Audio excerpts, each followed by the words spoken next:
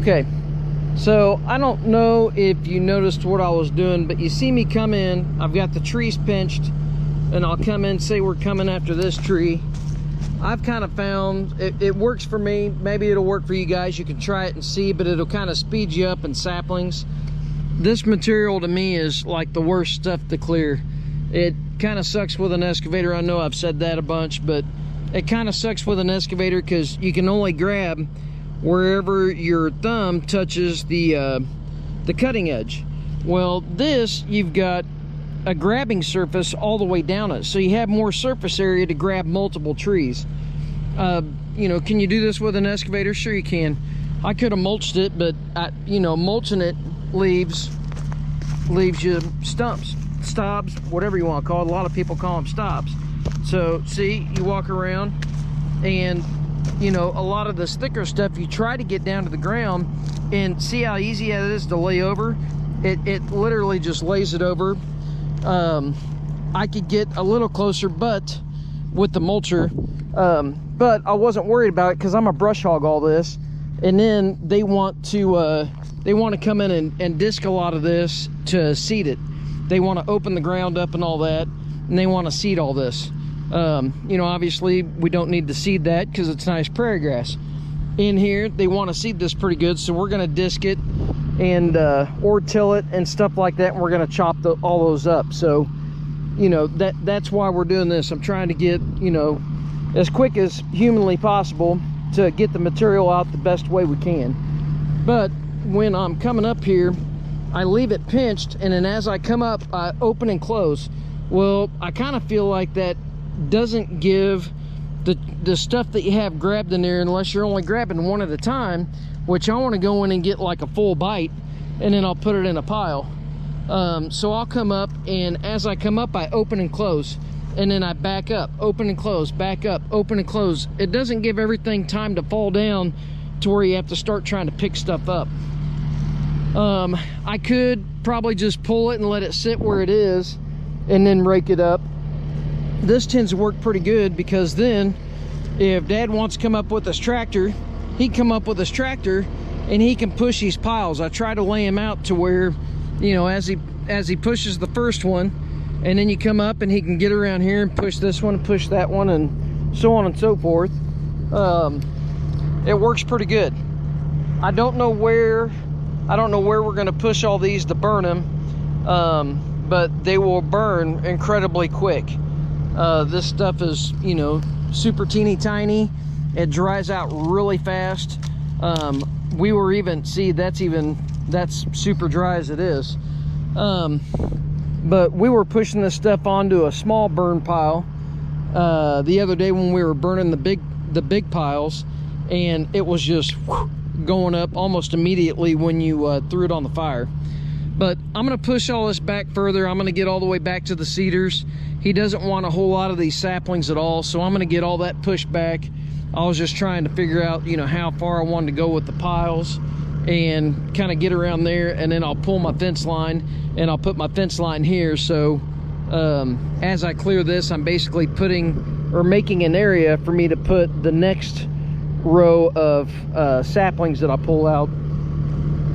You know, I'll put them where I'm clearing right here. So let's keep going. I got plenty of saplings. We're gonna have like 2 or 3 videos of saplings because I've got like 3.5 acres of saplings. We're not gonna pull them all, but we're gonna pull quite a bit. Here's property line back here. You know, the property corner, we've got to pull all this. They kind of want this corner opened up.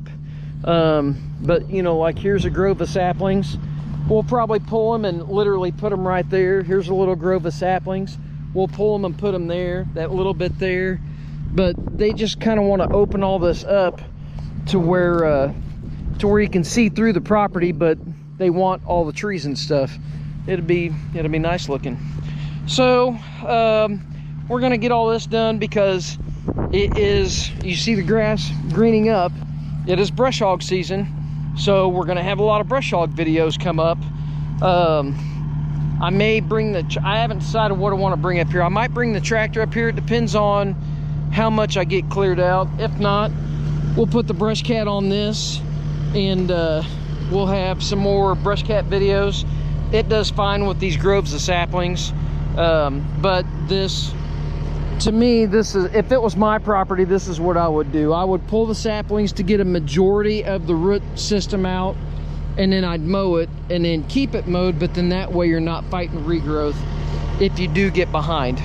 Not that it's going to grow into a forest overnight, but you know how things are. You get busy, you don't think about it, you go back and look, and all of a sudden you're like, oh my gosh, I have a grove of saplings. They said this was mowed up until about 2 or 3 years ago. So if he gets busy and doesn't get back here to mow for a couple years, forgets about it, this can happen in a couple years. Supposedly, I think this is about 5 years of growth, maybe more, but you just never know. Some ground is more fertile than others. But anyways, let's get back in the machine. We'll get some stuff done. And here, let me see if we can climb on the machine here. I mean, we got a fair amount of piles there, pulled all the way down there. So, and I've only been at it for a couple hours. But let's keep going. Let's get it done.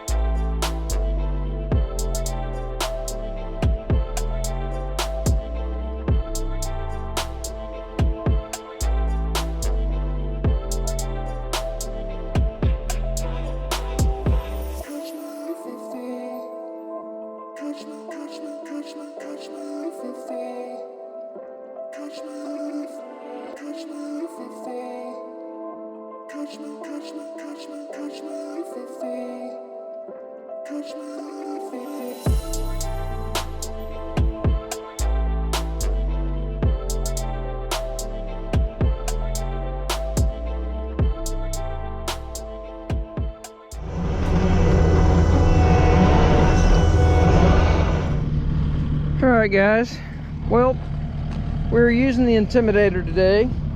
That is my favorite tool for saplings. I started off with, you know, tractor size piles, and it's kind of funny. You can see they get progressively bigger. I got in a roll, but see, so we cleared all the way from like right here to right there, kind of where the dirt is. And then it weaved in here and went that way. We cleared that little area around those trees, but you can see the piles progressively got bigger and bigger. I kind of forgot that Dad was pushing these with his tractor.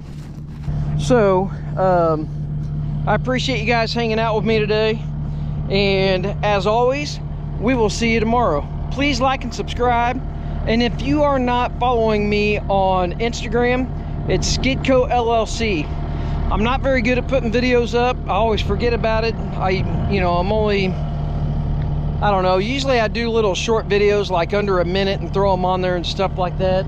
But go ahead and get on there and follow me on Instagram and let me know what you guys want to see on there, and I'll try to get in a better habit of doing small little short videos for you guys.